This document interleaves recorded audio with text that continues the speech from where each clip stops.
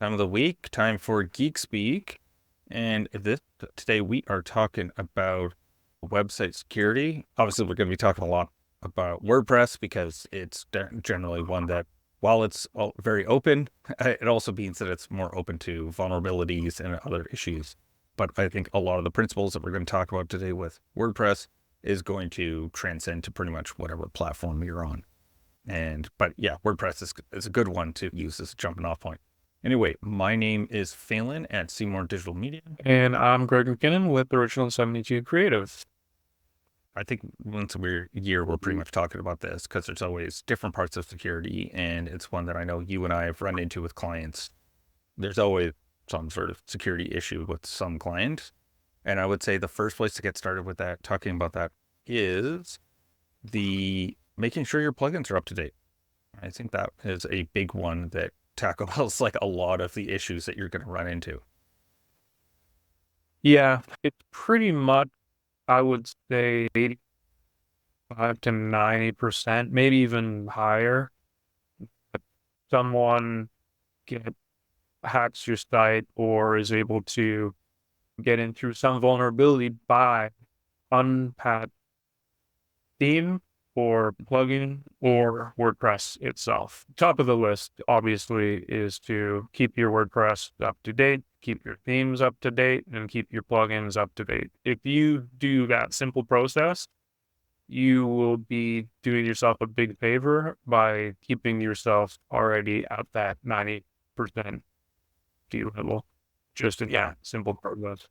Oh yeah, I absolutely like because most people that do have a website, like you're not going to be individually targeted, which is a much more difficult situation to be in. Is if a person is going after your website specifically, like that's a much tougher, has many different aspects that you would have to deal with. But most people, they're just one URL on a big spreadsheet that the hackers are just trying to go your domain slash WP ad login or admin to just try to like see if you're a WordPress website.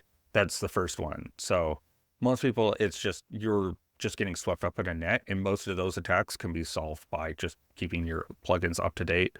If you want to get fancier, you could do something like get the word fence, and we have certain clients that they've changed the WP login to some other name just so that they go sweep through, they just get it counted as not being WordPress, and so they get left alone. Yeah, and yeah, that is definitely a good one. I don't do it on a lot of sites because I find people get really tripped up on like, where do I go? Even though like, just go here. Like everybody in the world just knows to go to WP-admin. And when you change that on someone, they, for some reason, really get tripped up over. Yeah, yeah. But I get questions all the time with people like that. What was my login again? I have to tell them over and over again. Like, why can't you just bookmark this, please? Not difficult.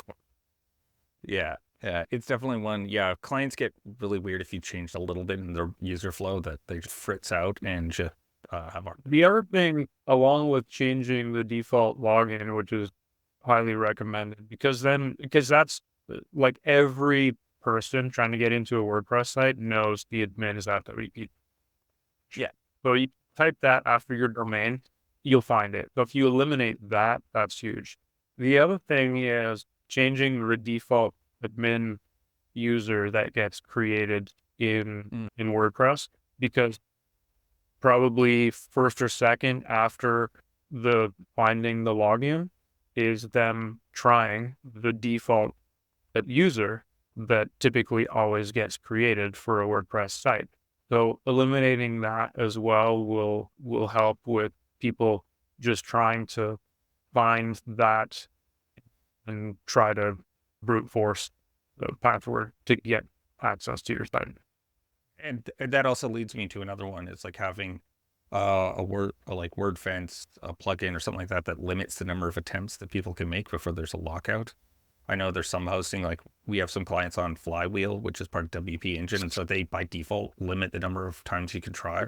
It also helps with those brute force attacks where they're just basically like slamming it a million times, and if you just say 3 times and then you're locked out, that goes a long way. Yeah, there's a really good plugin for WordPress that does just that. If you don't have a security plugin, like we might get into in a little bit, specific to doing a bunch of these things, there's one called limit login attempts, and that will basically take care of the amount of times that people are able to attempt to log in and ban them if they go over that. So yeah, if you have nothing else, at least use that. But there, in the other plugins that we get into for more heavy duty security, they have all of these things, and that's one of them. But limit login attempts is just for that. Yeah, yeah, and it's definitely one I've seen on a couple of our clients' websites, and super helpful, especially if they do run into like people brute forcing, and like it's just going to save you so much headache in the long run. Is to do these kind of basic setups that just break down what people are doing. Another one I wanted to talk about, we talked about in our prep, was making, if you can set up two-factor authentication, do set it up. It can be a bit annoying, but annoying things mean that it's harder for hackers to get around them, or people trying to take advantage of your website. That little bit of inconvenience for you is a big inconvenience for them. And also, if you can do it with an app on your phone as the authentication, do that. Google has a really good one, Google Authenticator. I use it for all my any of the really critical systems. Only have it set up that way. Those are really, they're nigh impossible to break, because basically you would need to break into Google. Oh, which actually reminds me, Google is the only one of the major tech companies that never has had a hack. It's a weird fun fact about theirs, and it's because everyone that works there has to carry a physical like USB, and so you have to plug that into the computer you're working on and then log in from that computer. And you need both your login and that physical dongle, and you can't. And it's not the same as an RFID, so you can't scan it, because that's how other people do it. Like companies will have people physically break into the building by finding out where people go for lunch, sitting next to them, scan their key card that's obtained there, and then break into the building physically that way. And so but you can't do that with a USB key. Yeah, I wonder how many headaches they have every day. People, I lost my dongle. Oh yeah, no, absolutely. There's probably, annoying for them, but secure. Yeah, exactly. Like when you have a track record like they do, that you can say, yes, this is annoying, but look at our track record. And then it shuts everyone up to the security risk. But yeah, it's definitely two-factor authentication. Strongly could not recommend more. Yeah, for sure. Two-factor authentication, as well as enabling hardened passwords, so people can't use the password, for instance. Yeah. Has to require an uppercase, a lowercase, a digit, symbol, and it has to be a certain line. That as well. I was saying off the top, like the things that we've gone over, you've already gotten to probably 98% security of your WordPress site just by doing, and they're not difficult things to do. There's really no excuse for people not to do these things. I did want to mention, outside of WordPress and the software and updating the themes and things, it's also really important to make sure that your PHP would be up to date to the most recommended version. If you're running outdated versions of PHP, there could also be exploits just from that outside of getting in through your WordPress site. There would be other ways that you might be exploited. I would even go further than there could be vulnerabilities. There will be vulnerabilities if you. Well, yeah. There will be, yeah, for sure. And I only joke about that because PHP is notoriously a language that is both very simple to learn and very simple to hack. It's got. The reason why I said it the way I did was because you could be on not the current version and have had a security update done to it. It's only out of life PHP versions that wouldn't be getting these security updates. So once your PHP version is out of life, at least make sure you're at a version that is still being maintained and updated. Versus being on the bleeding edge or the current version, just make sure you're on a version that is not out of life and not getting any security updates anymore.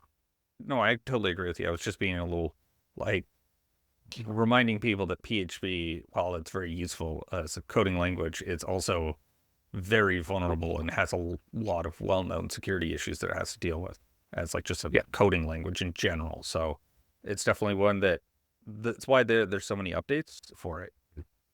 Because it really likes telling the world what your database says. Like quite insistent on SQL injections if you let it. So on top of all of those basic things that do get you to that high level, there are other smaller things to get you the rest of the way. And typically these things are easiest to be done through a security plugin. The two security plugins that there's one that I use, but there's two that are at the forefront of what people use for security. The one I use is Solid Security, formerly called iThemes Security. iThemes rebranded to Solid. So now all of their products are Solid Security, Solid Backup, Solid Central, all these kind of things. The second one is WordPress, which is, I think, probably the most used, because Solid Security there's a free and a paid, but I think WordFence is probably the best known and most used. I think when I looked it up, it was like the most installed of any of the security plugins. It's really well known. It's definitely has a lot of, even if you just have the free tier, it still does a lot, just like without even activating the license. So it's well worth it to just install. Yeah, so again, both of them have free, both of them have pro paid version, but oftentimes the free version does probably up to 99% of what you might need. And some of the things that you're going to find in these security plugins are basically an easy way to do and set up a lot of the things we've already talked about. Hiding the WP admin at a different address, setting so that all of your passwords need to be difficult, doing the two-factor authentication. Basically everything we've gone over, they all will allow you to set them up very easily. Some of the additional things that you can do in there, which I would recommend, are disabling the XML RPC protocol. If you're not going to use that, then you might as well just disable it. And most people don't use it. Another thing is Which one is the XML RPC? When would people be using that? Just so we're clear for that part. Yeah, basically it's a protocol that will attend and allow third-party connections to your site, so you'd be able to use maybe some interface on your phone to connect to WordPress and do things. It's used for hook, oftentimes, like for pulling real-time shipping rate from a shipping provider. If you're running WooCommerce, they will have hooks, and the XML RPC allows for the connection to your site to be able to inject the information for that third-party software. So that's the function. Yeah. Okay. I wanted just to clarify, just so that people in the audience, if they're like, do I know if I need to do this or yes or no? Yeah, for sure. You could disable it, and if something you're trying to do on your site all of a sudden isn't available anymore, Yeah. you can disable it. But for the most part, if you have just a basic WordPress site, brochure site, you can disable it, and most people don't need it. It is a more advanced thing for more complex sites. Yeah. Makes sense.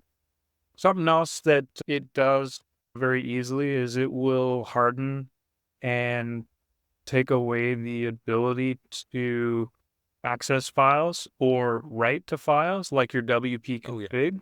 So you can secure essential files that often get exploited. So that can't happen. I don't know how many people know or notice this, but there is a way in WordPress, if you get access to WordPress, you can go and look at the theme files and actually change the theme files right within an editor in the admin. And oftentimes that is the highly suggested item to disable. So both of these security plugins have checkboxes and sections like, you want to secure this, you want to secure that, check this off, check that off. And these are a lot of those things that it goes through and takes away the ability to be used.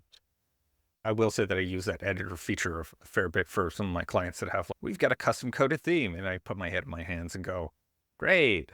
It's the editor to just quickly look over the files. But yeah, definitely. It's so dangerous because you make one typo, like Okay. for coding typo in a file and save it, and the site could be down. And assuming that most people do that because they don't have FTP access to the server files or something Yeah. along those lines. If that happens, all of a sudden you're like, oh, it's down, and now I have absolutely no way to recover it quickly.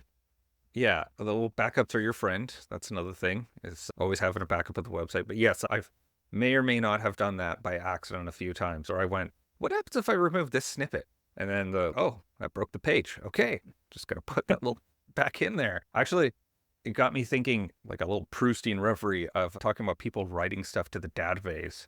It was one of the first hacks of a website. I don't know if you've ever seen it, the Japanese car part hack. So what happens is, through your contact form, they inject themselves, they do a SQL injection, and I guess get logins, and then write to your database a little PHP file. And so the website goes down. Like, as soon as it loads, it goes down, and it's replaced by this like Japanese parts importer. It's all in Japanese. It's pink, and it has car parts all over it.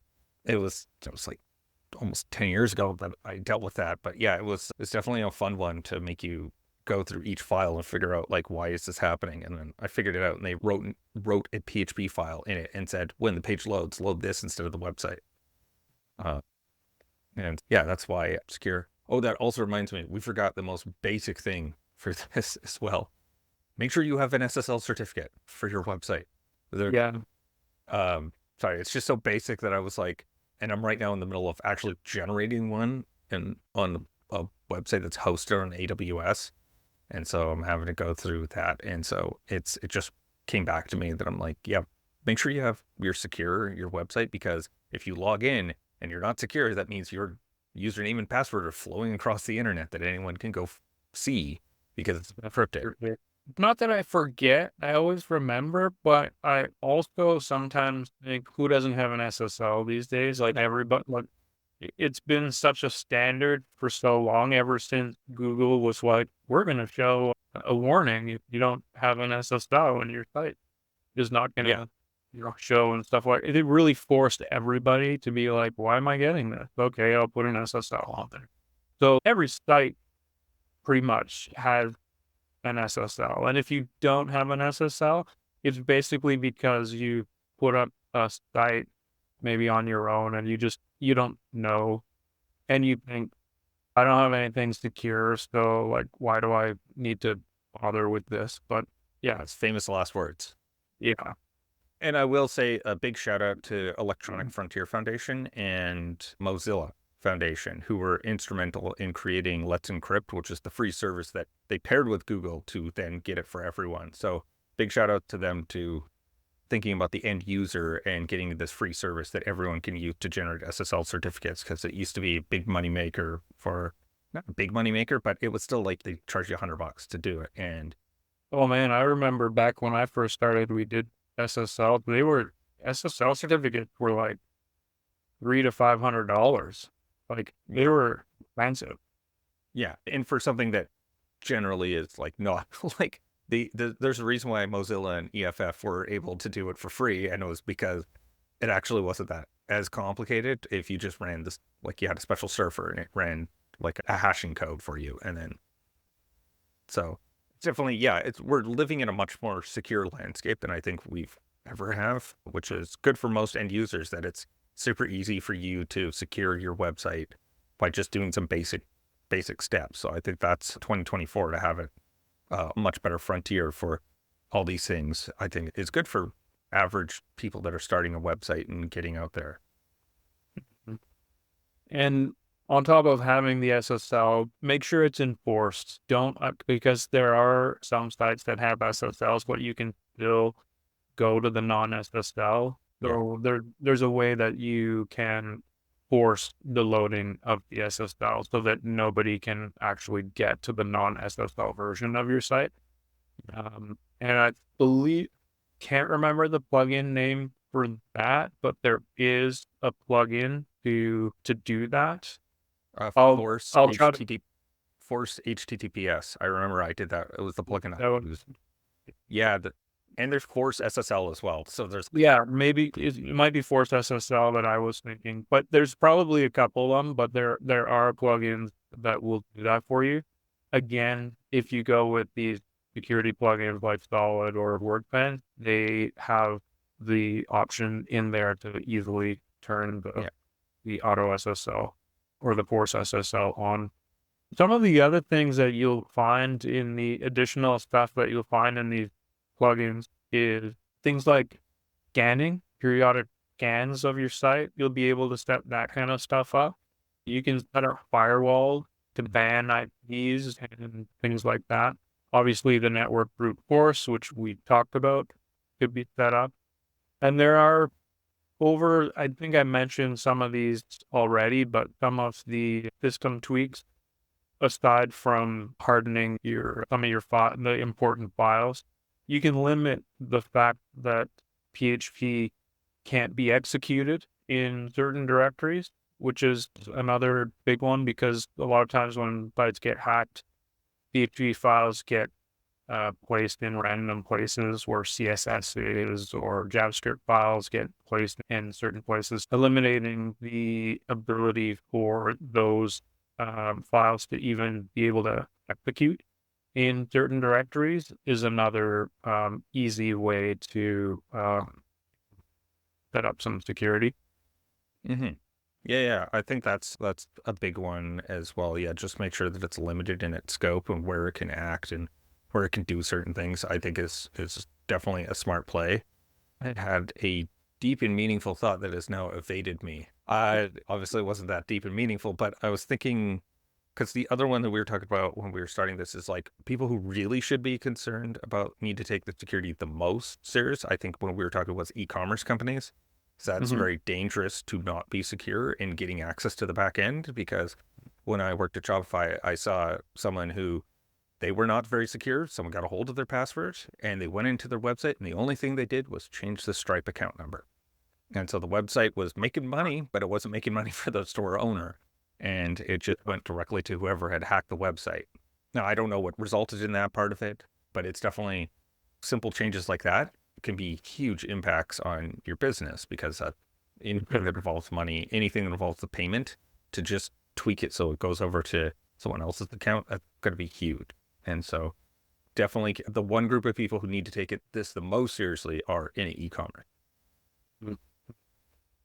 I feel like at the end of this, I'm thinking one of the topics I should have come up with to follow up on this was a topic of how to clean up or take care of a hacked site. I might try to throw that in at some point, because I think people would probably like to see or know about the basic things that the steps you can take to unhack yourself. Yeah. There's the easiest way would be to have a backup plugin, and maybe we'll end on the backup notes with this.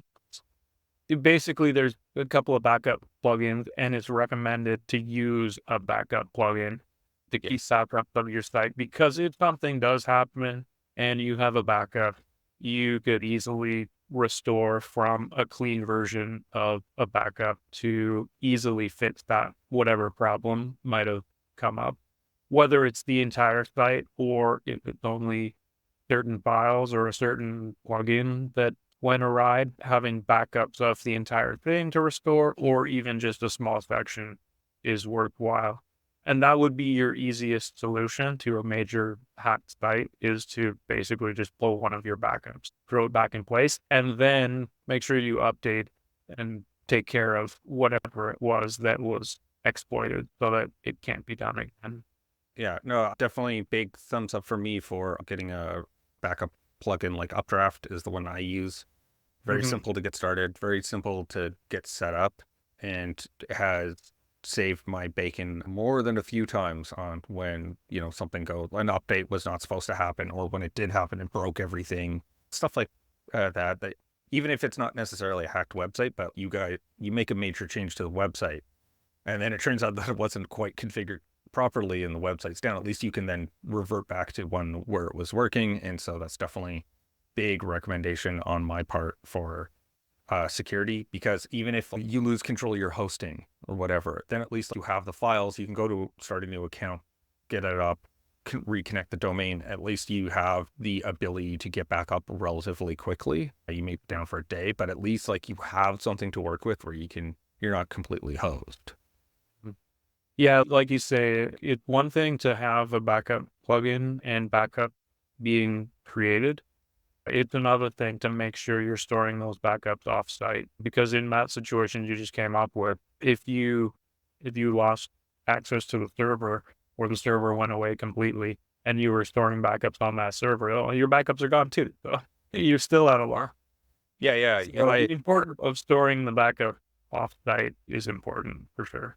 Yeah, and like when I do Updraft, I just connect it to my Google Drive account, and Mhm. it's like a couple gigs that are sitting on there, but because most websites aren't really that big. And then, yeah, it's super easy. And you've got Google, again, going back to they're super secure, so that Google's not going away. And then if anything does happen for your server instance, then you just switch over to a new one and then load it in and then point the domain there. Boom, you're ready to go. And so it's definitely, yeah, another aspect of security that backing up and updating things is, I'd say the TLDR of this whole thing was just make sure you have a backup and make sure everything's up to date. Yeah, that was everything. So we got through it all. Yeah. Pretty nice. Yeah. Mhm. I I was a little surprised that we managed to cover so much ground. And the question, of course, because I was so prepared, what are we doing next? Yeah, good question. AI for your marketing. What are you doing? Mm.